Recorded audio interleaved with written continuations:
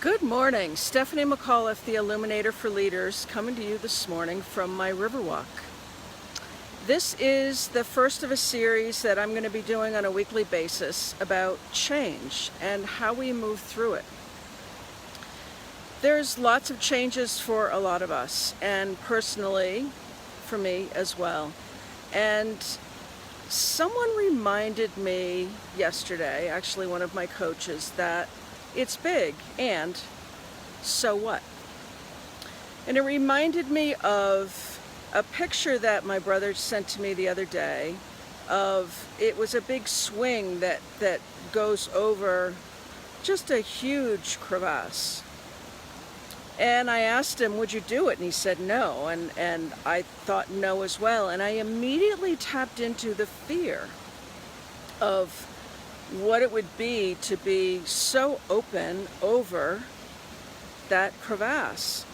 But instead of, and this is what our monkey mind does, is it automatically taps into the fear of doing something new because it's trying to keep us safe. What if instead, when you're contemplating or if you're in the middle of doing something different and new, you instead flipped that energy of fear around the holy shit and tapped into what would it feel like to be flying through the air knowing that I was completely safe and nothing bad was going to happen to me. It doesn't mean that we don't have challenges, but it's remembering that you're taking steps one at a time through your journey, and instead of automatically going into the mind fuck of, oh my God, I can't do this because it's too scary, and anticipating how something is going to happen before you even step into it, understand where that may be coming from, and then tap into the feeling of wonder and how amazing might this be and how great could it be, knowing that we don't go from 0 to 100 overnight,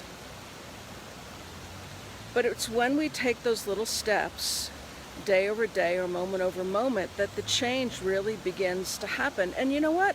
How big or small it is really none of our business. It's just stepping into what is. And so I'm standing here by the river, and I'm going to see if I can flip this around, because there's a very calm portion.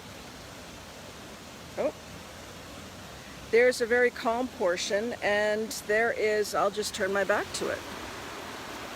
And right here it's calm, but across the way it's kind of raging. It's hard to see, but it's very calm here. And so we can make the choice of, do we want to step into the calm and allow life to float with us, or allow us to float with life?